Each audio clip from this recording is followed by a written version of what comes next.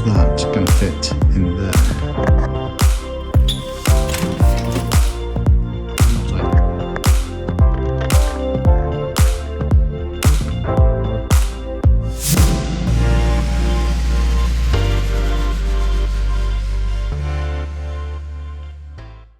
I am in Dresden, finally made it. It was a long travel day yesterday. Didn't intend it to be as long as it was, but at the same time, the flight was delayed by 45 minutes and then we got stuck on the wrong way the other side as well. Then had to wait for a train which was longer than I'd anticipated.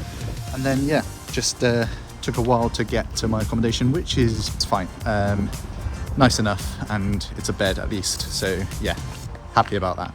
In the centre of the city as well, so shouldn't have too much hassle getting to the race on race day. Today, it's Thursday, I'm here quite early because I wanted to just like get myself used to the city, but also do a fair bit of training before I actually race. So Wednesday was kind of like a rest day, didn't really do a lot, just ran before I started traveling, got here and I was like, nah, no chance am I doing any more today. I think Luke had me down for maybe a cycle, but couldn't be bothered to build the bike. So yeah, sack that off, and then look, this might come back to bite me in the arse and I might be too tired for the actual race, but it's a case of just dampening me down a little bit so that I'm not too fresh, so that I can't actually produce too much lactic and mess myself up on race day. So this morning I've been out for a run, about 55 minutes maybe, 12-13k, and then got in the pool, 50-meter pool, absolutely great. Really enjoyed it. Like decent pool, did 4k worth of work and a little bit of tempo-y sort of aerobic stuff, nothing too strenuous. And then yeah, do my prep day tomorrow and a little bit more on Saturday before the race on Sunday.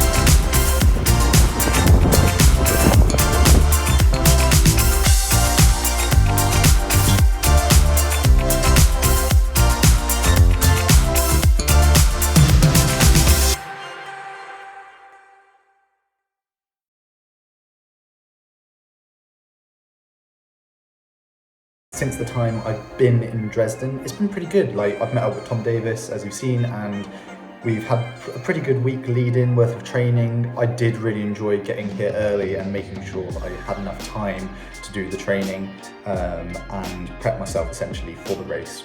So yeah, I feel really good. I've been feeling better and better throughout the week as I rest up and like just feel a little bit better in general. Post-travel, it's always a little bit kind of iffy after travel. Just the body is a bit stiff and just unable to properly function because you're probably tired as well. So yeah, blew out the cobwebs and feeling pretty decent now. So yeah, really looking forward to the race. A few things to mention that I've had a little bit of a faux pas with over the past couple of days. I expected Germany to be a bit warmer than it is. I probably didn't bring enough clothing, warm clothing, and when you're going a little bit faster, it's freezing, especially on the hands. And this morning it was tipping it down with rain as well. So it's also forecast to be wet and rainy tomorrow racing. That was very wet and a horrible prep ride for tomorrow. The weather is grim. So yeah, if it's like that tomorrow, it's going to be freezing. Look at this. Ugh. It's going to be so cold tomorrow and a bit sketchy. It's quite a technical course. So yeah, I think just going to have to be careful going around the corners and off the rail tracks and the cobbles, and yeah, it's going to be a fun one. I've noticed that on my time trial bike, the rear derailleur rubs against the disc wheel if I'm in the smallest gear whilst going up some of the hills. So there's one or two climbs in the race that will require probably near the smallest gear, but I'm just going to do it one up from that so that it's not rubbing against the disc wheel. It should be fine. I'll just have to twat it up the hill. My trainers, I don't know if you can see this. they've got a hole in them. So I've contacted Sports Shoes, who I bought them off of, and they've said that they're going to replace them. But I need to race in these shoes regardless because I don't have another pair.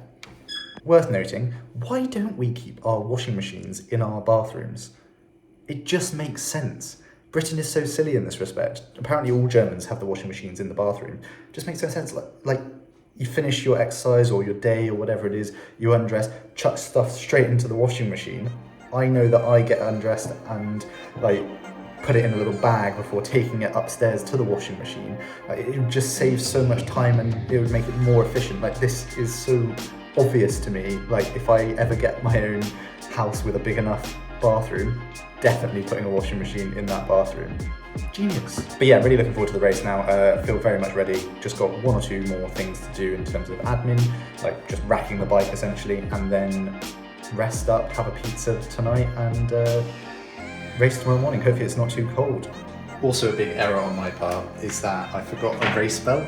So this is going to be my race belt, which is an all-purpose climbing loop or something. I'm not entirely sure, but it's not elastic, but it'll be something that I can pin my number to. So probably need to get some pins as well, and hopefully that'll be sufficient.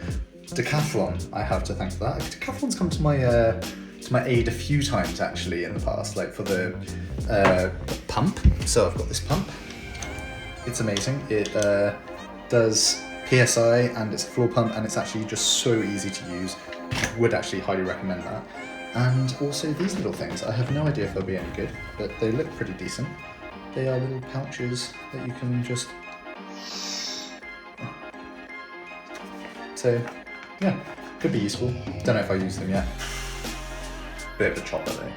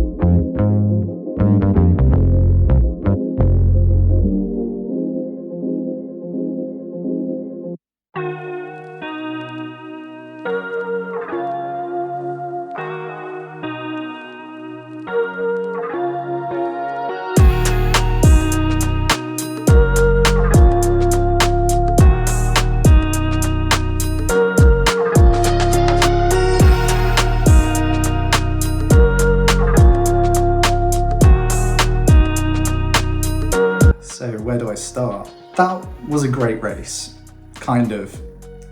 It ended up in hospital, to cut a long story short. Starting from the beginning, I guess, ran to the venue and the race start and was feeling really, really good.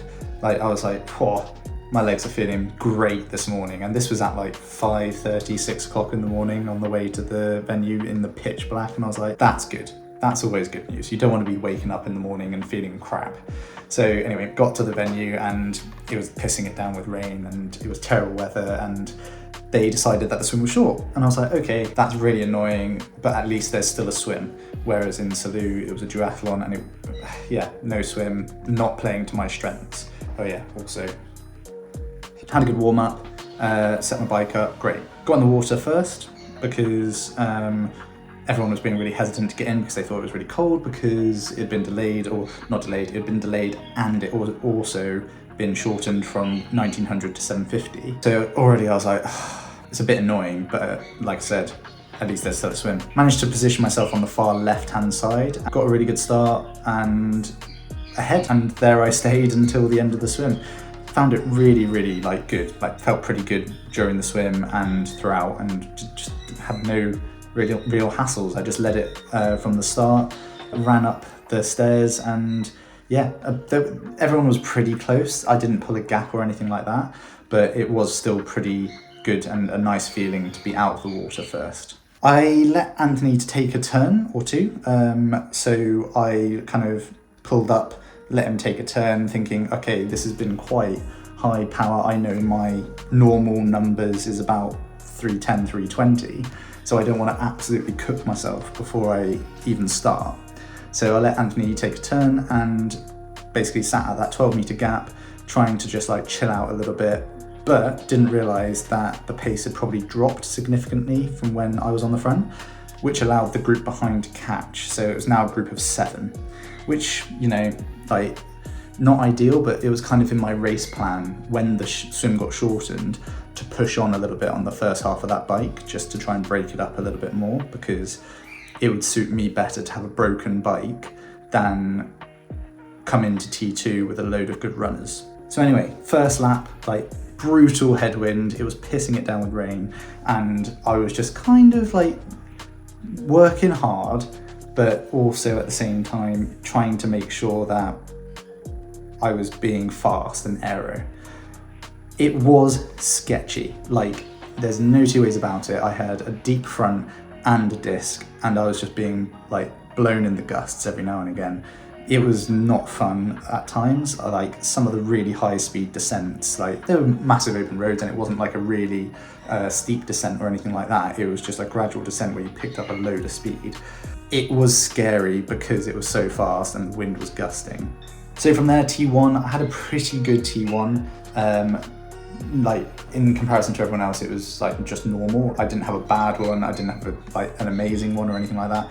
It was like wetsuit off into the bag, which is new for me because I've never done that. I've always put it in the box. So I had to take my wetsuit off, stuff it in this bag, like have my helmet on ready before I ran to the bike, which is in a different place. So you get changed in a tent.